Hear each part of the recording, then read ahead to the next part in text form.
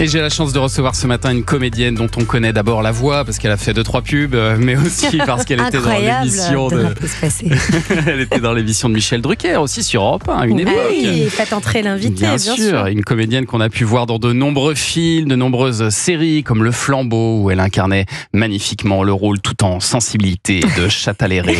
Et en aération. Et tout paléré aussi. Exactement. Bonjour Camille Chamou. Bonjour Thomas. Merci beaucoup d'être avec nous ce matin. Vous allez jouer bientôt votre tout nouveau spectacle intitulé Ça va au Théâtre des Bouffes Parisiens dont évidemment j'ai pas pu le voir encore, mais j'ai pu lire le texte et bonne nouvelle, je ne me suis pas ennuyé une seconde, ce qui est déjà très bon signe. Ah, c'est bon signe pour une lecture de texte. C'est pas mal, hein. Donc vous pouvez le lire de manière même monocorde, ce sera déjà bien, parce que comme d'habitude avec vous, c'est pas seulement marrant, c'est aussi intéressant. On sent que vous cherchez pas juste à faire des vannes, Camille Chamou. Non, parce que d'abord, c'est pas ce que je fais de mieux. J'essaye d'être le plus drôle possible, bien sûr, mais je ne manie pas avec un brio fou la vanne ou l'art de la vanne. C'est pas du stand-up, quoi. C'est pas du stand-up. J'adore le stand-up. Je suis très, très friande. Je suis très admirative, en plus de plusieurs personnalités dans le stand-up, que vraiment, j'admire énormément. Hakim Gemili. Hakim Gemili, Blanche, dont j'ai vu vraiment les tout premiers spectacles. Récemment, en fait, plein de gens. Puis maintenant, même, d'une certaine manière, tout le monde s'est plié au stand-up avec enchantement, quoi. Par exemple, Foresti, au départ, elle faisait plus des sketchs, maintenant elle fait du stand-up, tout ça. Voilà, moi j'adore, je suis très cliente, mais je ne sais pas faire. Et là, les personnes que j'ai citées sont vraiment des sources d'admiration énormes. C'est plus difficile le stand-up ? C'est très difficile. Moi, c'est pas mon art. Moi, je crois que ma façon de faire, c'est de raconter une histoire. C'est un récit du début à la fin où j'essaye d'être le plus drôle possible et où je fais un aller-retour comme je peux entre des petites anecdotes et de l'histoire vécue et des espèces de théories un peu sociétales. Et j'espère que tout ça est le plus drôle possible. Et on peut même pas dire que c'est un seul en scène d'ailleurs, parce que vous êtes pas totalement seul. C'est-à-dire que non seulement je fais une forme un peu hybride et bizarre, mais en plus maintenant je ne suis plus toute seule. Donc c'est ni un seul en scène ni une pièce de théâtre, parce que là c'est vrai que j'ai un pianiste avec moi, un musicien. En fait j'avais envie, comme j'aborde toujours des thèmes, dans chaque spectacle il y a un thème, et bon là c'est vrai que le thème c'est plus ou moins la mort ou la santé physique et mentale, disons. Donc en fait je me suis dit, d'où le titre ça va ou ça va comme vous voulez, comme vous préférez.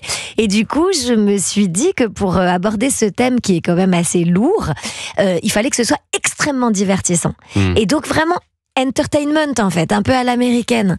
Donc j'ai un pianiste avec moi qui est un musicien de génie, qui improvise, qui compose ça, et j'ai des surprises. Des interventions, mais on peut pas en dire plus. Des surprises, Thomas, voilà, c'est ça. Des surprises. Alors, vous avez 47 ans, Camille Chamou, et jusque-là, vous avez l'impression d'avoir vécu un petit peu comme si rien ne pouvait vous atteindre jusqu'au jour où vous avez eu un petit pépin de santé. Et déjà, le fait d'utiliser le terme pépin de santé, ça vous a fait basculer de l'autre côté de la montagne. Oui, bien sûr. Le pépin de santé, tu rejoins ton âge indirect.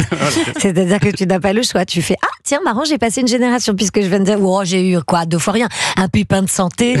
Et ça y est, c'est la tuile. Donc non, j'ai eu une petite affaire de ligaments croisés et j'ai découvert bien sûr une nouvelle famille grâce à ça. Tous les gens qui ont eu les ligaments croisés. Mais les anciens footballeurs, quoi. Voilà, en plus c'est hyper glam. J'adore. Enfin, c'est entre le glam et le pas de glam du tout. C'est-à-dire que t'as tout ce qui est artiste, ancien footballeur, skieur, sportif de haut niveau qui te font t'as eu les ligaments et tout, bon ok. Et puis à côté, t'as globalement les vieux qui ont aussi des problèmes de ligaments croisés. La mauvaise chute. Donc la mauvaise petite chute nulle du vieux. Qu'est-ce qui vous est arrivé, comment vous êtes alors fait ça ? moi je préfère prendre le parti de vous parler de l'exploit sportif raté. Non, moi j'étais au festival de l'Alpe d'Huez il y a 2 ans et effectivement j'ai voulu impressionner des collègues artistes en montrant que je savais hyper bien skier alors que non apparemment. Et je me suis fait les 2 ligaments. Et là ça m'a fait basculer dans la limite en fait du corps, parce que jusqu'à aujourd'hui je n'avais jamais conçu ni mon corps ni mon esprit comme un frein à ce que j'avais envie de faire. Donc, mais c'était erroné, hein. C'est-à-dire que je pense que du coup, je puisais être dans des réserves inexistantes, vu que je fais 1m59, parce que ce matin, on dira donc tout. Non, je ne fais pas 1m62, comme je l'ai toujours dit. Vous savez, comme vous mentez, même sur les fiches d'école, ou même en sortant de chez le médecin, et vous êtes là, il a dit 1m62. Ouais. Et non, c'est faux. En réalité, je fais 1m60 pile, voire 1m59 quand je suis tassée. Bon. Donc voilà, donc oui, effectivement, j'ai basculé dans une nouvelle sphère que j'ai explorée dans ce spectacle. Et il y a aussi des bons côtés au Pépin de Santé, c'est que vous avez revu votre liste d'objectifs, parce que vous mettiez la barre beaucoup trop haut. Vous avez constaté ça. Vous savez ce que c'est, puisque vous faites de la radio le matin, de commencer la journée avec des to-do list. Et vous savez ce que c'est, le nombre de choses qu'on s'inflige dans notre charge mentale qui ne concernent pas du tout spécialement que la vie privée, mais aussi la vie professionnelle et les rêves qu'on a. Et moi, tous les matins, je me levais en disant, faut vraiment que je réussisse ma vie. C'est trop large. C'est large, oui. C'est trop large. Faut vraiment que mon agent me trouve un rôle mythique, que je fasse voilà. C'est-à-dire que c'est-à-dire que tu te mets des objectifs impossibles. Ce qui fait que le décalage est trop grand et ta vie est trop décevante. Alors que si tu te dis, si j'arrive à faire 3 passes emboîtées, je suis un génie. Voilà. Et ça, c'est accessible. Et en fait, tu le fais et tu te dis, oh, mais j'ai fait des progrès fous. C'est-à-dire qu'en fait, c'est ma nouvelle théorie, c'est que la vie doit être composée de toutes petites victoires. Voilà. Chaque pas et non après pas l'autre. d'immenses objectifs impossibles qui nous rendent fous. Avec aussi un conseil pour éviter la déprime, c'est arrêter de regarder Instagram et privilégier d'autres types de programmes. Oui, comme par exemple Public Sénat. Parce que Instagram, en fait, vous êtes perpétuellement confronté au fait que l'humanité semble avoir, un âge moyen de 17 ans et courir nu sur une plage, alors que vous êtes dans un appartement avec une vue sur la pluie et l'amorosité. Et voilà, et vous ne comprenez pas pourquoi les gens semblent tous faire du sport de 8h du matin jusqu'à 23h en mangeant des Pokéballs. Donc c'est vrai qu'effectivement, je préfère regarder Public Sénat. Au moins je me dis, mais attendez, je suis hyper jeune et hyper fraîche. Mais il n'y a pas un entre-deux entre Instagram et Public Sénat quand même. Si, mais si tu veux vraiment te remonter le moral, faut regarder Public Sénat. Là c'est bon. Okay. De toute façon, tu regardes la. C'est le conseil média du jour. Regardez Public Sénat. Mais oui, on regarde pas assez Public Sénat. Alors que tu te dis vraiment genre, attends, je vais hyper bien moi dans mon corps et mon esprit. J'ai pas besoin d'une voiture médicalisée pour arriver au Sénat, quoi. C'est le vraiment nouveau super. spectacle de Camille Chamou, ce sera au Théâtre des Bouffes Parisiens du 9 au 18 janvier 2025. On va continuer à en parler. Puis dans un instant, on va jouer. Et comme c'est Noël, vous allez pouvoir jouer dans un instant pour offrir un cadeau à vos proches. À tout de suite sur Europe 1. Europe 1. Vous écoutez Culture Média sur Europe 1, 9h30, 11h avec Thomas Hill et avec Camille Chamou ce matin qu'on va pouvoir aller applaudir début 2025 au Théâtre des Bouffes Parisiens avec son nouveau spectacle Ça va, ça va.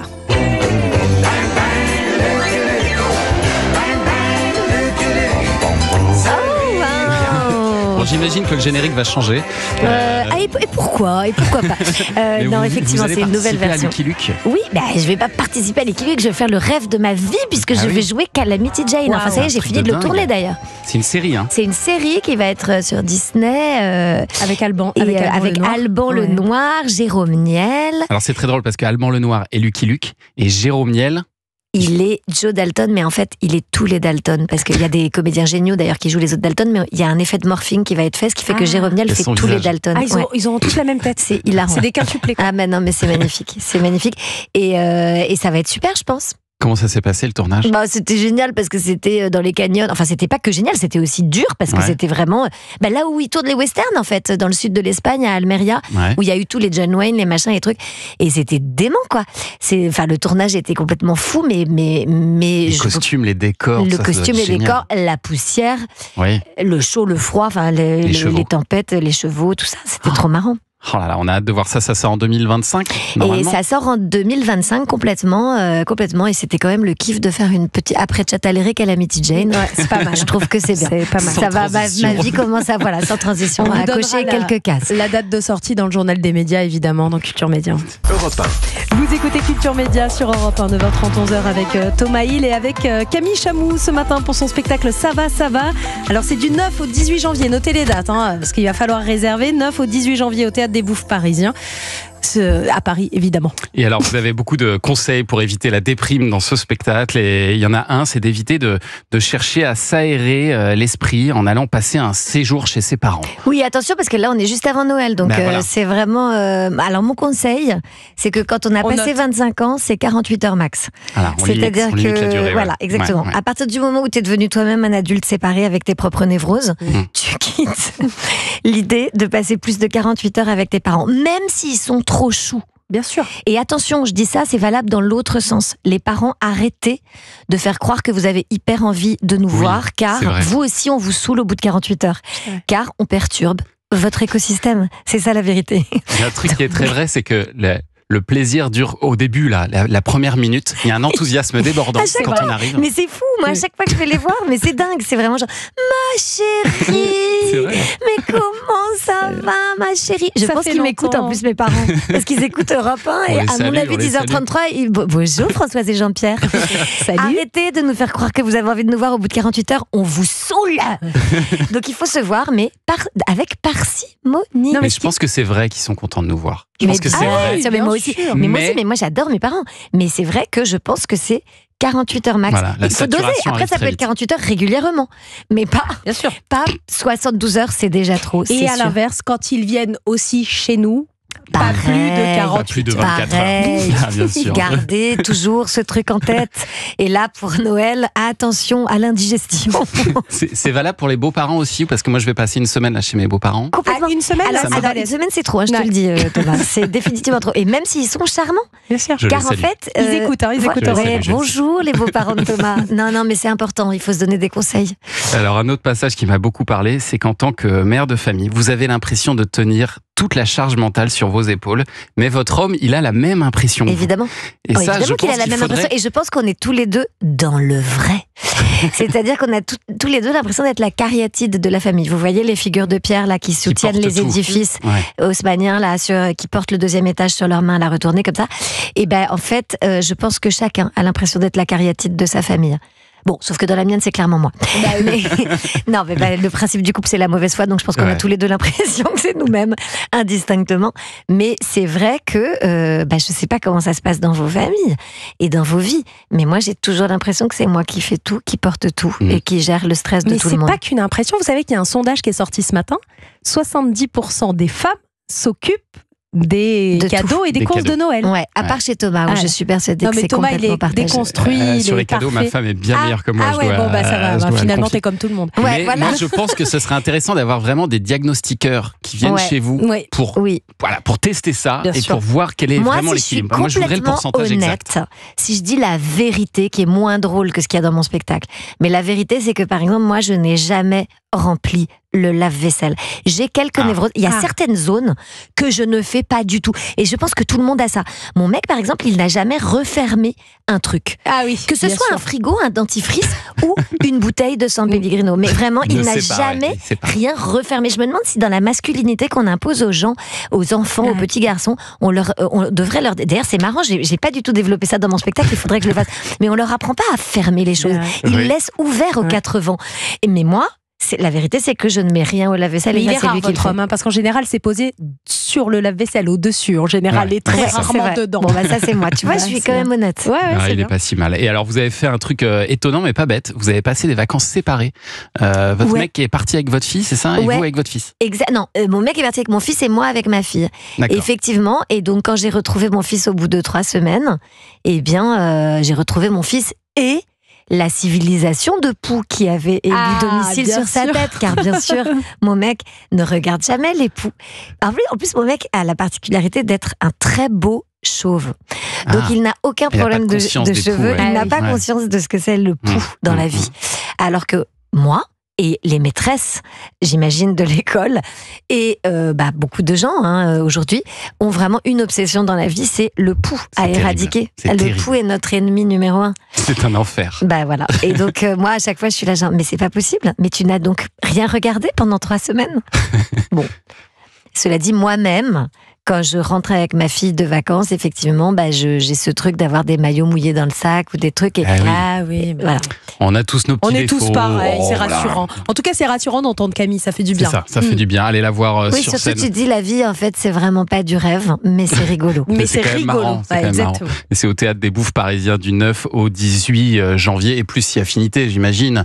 Alors, oui, mais pas au Bouffes, car au Bouffes, c'est une programmation. Donc, c'est le nouveau Théâtre des Bouffes Parisiens repris par Jean-Robert Charrier, qui avait déjà la Porte Saint-Martin avant, et qui fait une programmation exceptionnelle. Et donc, moi, je suis très contente d'inaugurer la saison.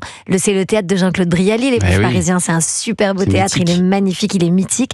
Il y a une affiche de Chantal là-dessous sublime dans l'entrée des loges. Et j'adore Chantal là-dessous. Ouais. Et à chaque fois que je passe devant, je suis là genre bonjour Chantal. Et c'est vraiment, c'est super. Et donc j'y joue. J'ai la chance de jouer 2 semaines en janvier. Et après, évidemment, je reprendrai dans un autre théâtre mythique parisien. D'ailleurs, cette semaine, il y a Vincent De Dienne au Bouffes Parisien et on l'embrasse parce qu'il écoute Culture Média tous les matins. Est-ce qu'on n'irait pas le voir? Non, lui, il est au Bouffes du Nord. Ah, au Bouffe du Nord, attention. J'en profite pour. Voilà, c'est un autre bouffe. Mais tous les bouffes sont super. Et après, il y aura Camille Cotin au Bouffe du Nord qui est super aussi.